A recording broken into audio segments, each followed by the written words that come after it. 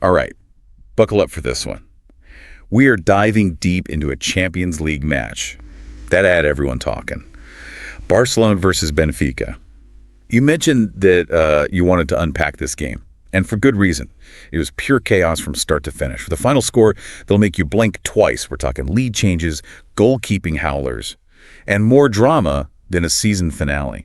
What's interesting is that this wasn't just some random fluke. This game actually reflects some larger trends that we've been seeing with Barcelona, especially this season. I mean, they're a goal-scoring machine, no doubt. But their defense, well, let's just say it's been giving their fans a real roller coaster ride. Yeah, it's like they're playing with fire. And this match was a bonfire. Well, before we get into Barcelona's defensive woes, let's rewind to the beginning. Benfica drew first blood just 2 minutes in, courtesy of Vangelis Pavlidis. You might remember him from his impressive performance against England a while back. The guy knows how to find the back of the net. Yeah. That early goal really set the tone. Benfica were aggressive from the get-go, pressing high and forcing Barcelona into mistakes. It felt like the momentum was all with Benfica. But then things took a turn when Barcelona was awarded a penalty in the 13th minute, a call that had everyone debating. Yeah, that penalty was definitely controversial. Even the commentators were scratching their heads. But controversy aside, Lewandowski stepped up and coolly slotted it home, bringing the score level at 1-1. Game on. And that's when things started to get really interesting, shall we say, especially for Barcelona's goalkeeper, Wojciech Szczesny.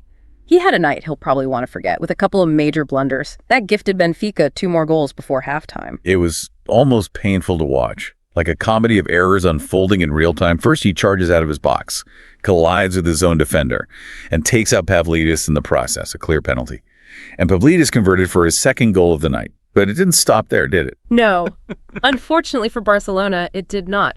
Szczesny's second blunder involved him trying to volley a long ball away while his defender was right there. Not exactly a textbook goalkeeping move, and it ended up being a gift for Benfica. Suddenly they were up 3-1 at halftime, and Barcelona were in a deep hole.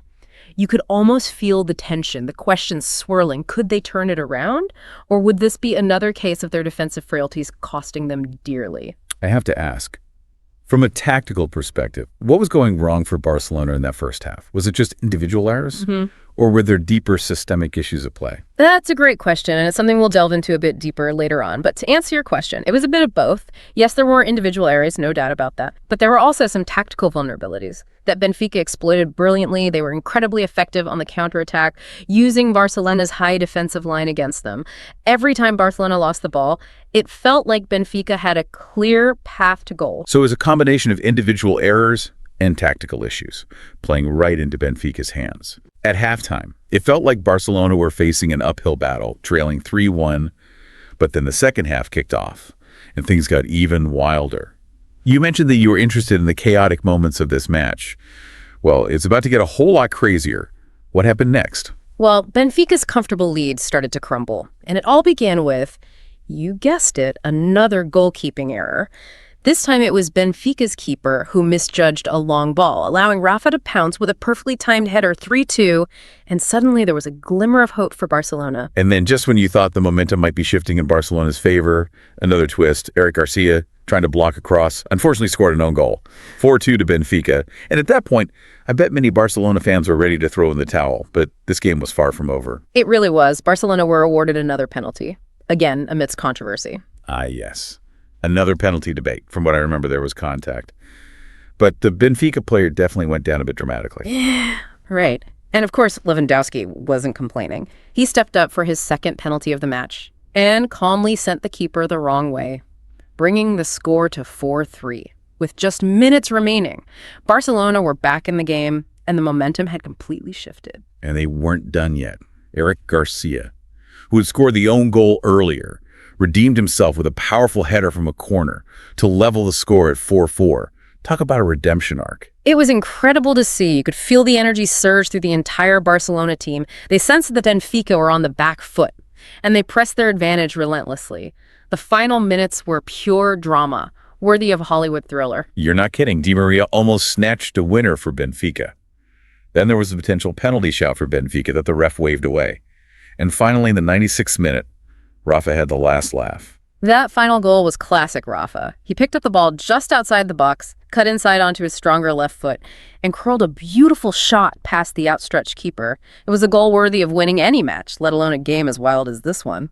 And to add to the drama, while Barcelona were celebrating Rafa's goal, VAR was checking a potential penalty for Benfica at the other end. It was pure pandemonium, a fitting end to an absolutely unbelievable match. The final score, Barcelona 5, Benfica 4, a result that we'll be talking about for years to come. And that scoreline, 5-4, marked a historic first in European Cup history. It was a game that had more twists and turns than a mountain road. And while it wasn't exactly a tactical masterclass, it was pure entertainment. But speaking of tactics, this match really highlighted the contrasting opinions about Barcelona's style under Xavi. On one hand, they attack relentlessly and create a ton of chances, but on the other hand, they leave themselves incredibly vulnerable at the back. And that vulnerability was on full display in this match. Exactly, and that leads to a bigger question that we'll explore further. Can this high-risk, high-reward approach be sustainable in the long run? Can they really rely on outscoring their opponents every single game? It seems like they're walking a tightrope, always teetering on the edge.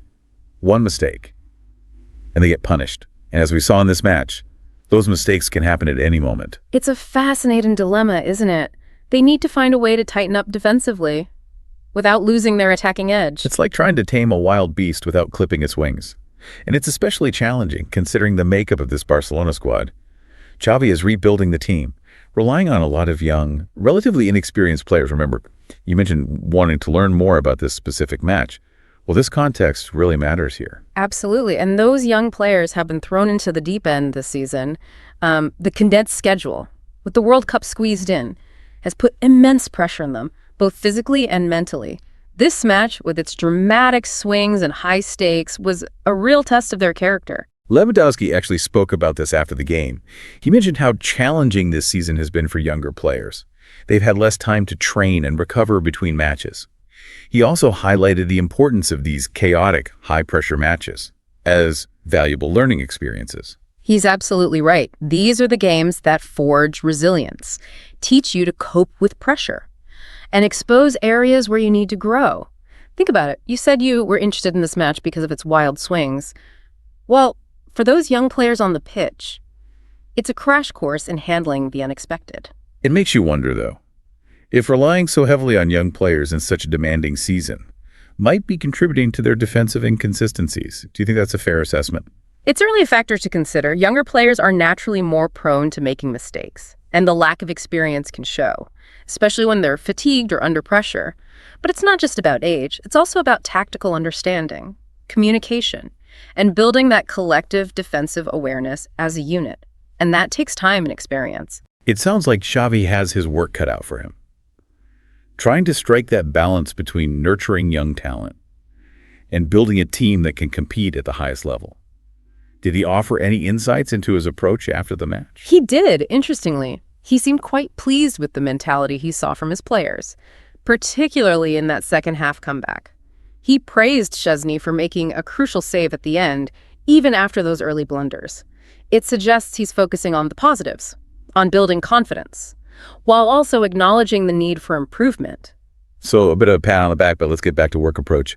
I wonder if he's deliberately downplaying the defensive issues to protect those young players. After all, publicly criticizing them could be counterproductive. That's a good point. It's a classic managerial tactic. Shield the players from excessive criticism while still emphasizing the need for improvement behind closed doors. He also acknowledged the challenges Benfica posed, particularly their transitions and counterattacks, which, as we discussed, really exposed Barcelona's defensive vulnerabilities. Right, he wasn't making excuses, but rather acknowledging that Benfica's tactical approach, coupled with Barcelona's defensive frailties, created a perfect storm.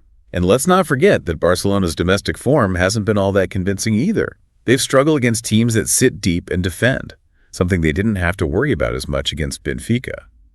It seems their success in the Champions League might be giving them a false sense of security. That's a real concern. The Champions League often demands a different approach, a more expansive style of play, which can mask defensive weaknesses. But in La Liga, where teams are more pragmatic and defensively organized, those weaknesses are magnified. If they can't find a way to break down those stubborn defenses, they'll struggle to challenge for the title. So while this match was a thrilling spectacle, it also exposed some underlying issues. that Barcelona need to address if they want to achieve sustained success. Precisely. It highlighted the challenges of building a team with so many young players, the tactical vulnerabilities that need to be addressed, and the potential pitfalls of relying too heavily on an attack-heavy approach. So where does this leave Barcelona after such a chaotic yet historic match? They've got the win, they're advancing in the Champions League. But as we've discussed, those defensive vulnerabilities are still a major concern. It's like they're juggling chainsaws. Exciting to watch, but incredibly dangerous. They need to find a way to shore up their back line without sacrificing their attacking flair. It's a delicate balancing act that Xavi has to figure out. It's almost like they have two different teams out there, Dr. Jekyll and Mr. Hyde on the pitch. 1 minute, they're carving teams open with their intricate passing. The next, they're gifting goals with sloppy errors. It makes for some edge-of-your-seat viewing, that's for sure. But as you pointed out earlier, their domestic form in La Liga suggests this high-risk approach might not be sustainable in the long run. Exactly. They've stumbled against teams that sit back and defend. Teams that force them to break down a stubborn defense, rather than rely on quick transitions and counterattacks. This match against Benfica, with all its drama and goals, might have papered over those cracks for a little while. But if they want to be considered genuine contenders for major trophies, they need to find that consistency, that reliability at both ends of the pitch. And so the big question we're left with is this. Can Barcelona's high-risk, high-reward approach ultimately lead them to glory? Or will their defensive frailties be their undoing? You mentioned wanting to understand the significance of this match, and I think this question sums it up perfectly. It's a question that will likely follow them throughout the season. It's a question that only time will answer. But one thing's for certain. This Barcelona team is never boring. They're box office every single match. And that's what keeps us coming back for more. It's that unpredictability, that sense that anything can happen, that makes this team so captivating. We'll certainly be watching closely to see how it all unfolds. We'll be here to break it all down for you right here on The Deep Dive. Until then, keep exploring, keep questioning, and keep diving deep into the things that fascinate you.